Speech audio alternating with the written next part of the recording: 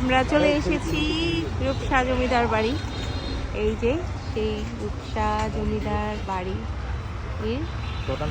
একদম প্রধান কি ফটো রাইট।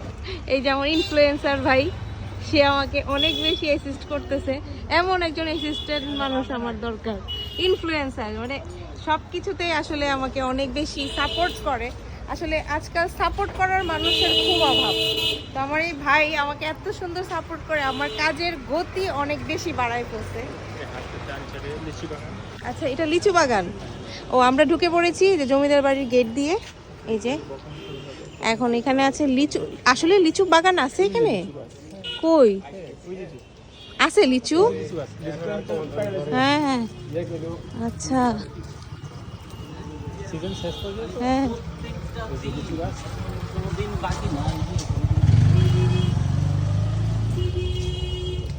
আমরা হচ্ছে একটু একটু করে যাচ্ছি। আচ্ছা, এটা হচ্ছে জমিদার বাড়ি জামে মসজিদ। 500 বছর পুরানো। ওয়াও, অসাধারণ। এটা হচ্ছে জমিদারদের একমাত্র মসজিদ। এটা প্রায় 500 বছর পুরনো। এটা কারুকার্য দেখলেই বোঝা যায় আসলে কতটা সুন্দর হবে ভেতরে।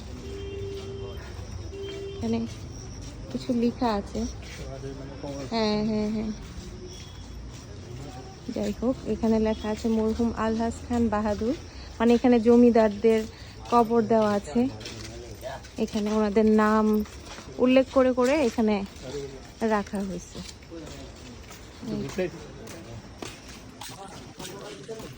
খুব সুন্দর।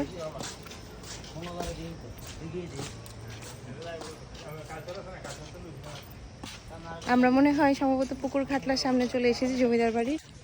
এখানে পুকুর খাটলা,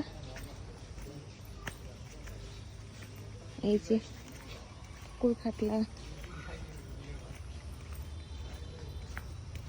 অনেক পুরনো, বোঝাই যায় সত্যি। এই যে পুকুর খাটলা।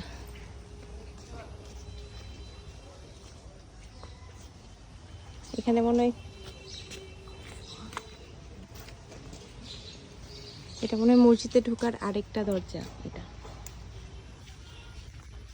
চলো। আসলে পুরনো জিনিসপত্রগুলো দেখলে মানে নিজের ভিতরে একটা ফিল কাজ করে যে আমরা হয়তো 500 বছর পুরনো অতীতে চলে গেছি, এরকমই মনে হয়। যে তখন মনে হয় যে ওরা আসলে এখানে এটা করেছিল, ওরা এখানে এটা করেছিল, মানে ফিল করা যায় সব কিছু। আর এগুলো হচ্ছে আমাদের দেশীয় ঐতিহ্য। এগুলো আসলে আমাদের লালন করার প্রয়োজন আছে, যাতে ভবিষ্যৎ প্রজন্ম যারা আছে তারা অনেক কিছু দেখতে পারে। তো এগুলা হচ্ছে প্রিজার্ভ করার আসলে দরকার আছে আমার বলে মনে হয়। তো আমরা চলে এসেছি এই যে জমিদার বাড়ির একদম অন্দরমহল, তাই না? ওই দিকটা মনে হয় অন্দরমহল। আর এটা একটা ঘাটলা। আমি অনেক আগে একবার এসেছিলাম, তখন অনেক সন্ধ্যা হয়ে গেছিল প্রায়, তো খুব ভালোভাবে দেখতে পারি নাই। এই যে ওয়াও, ওই দিক থেকে এই দিকের ঘাটলাটা অনেক বেশি প্রশস্ত, অনেক বড়। নাইস, সুন্দর।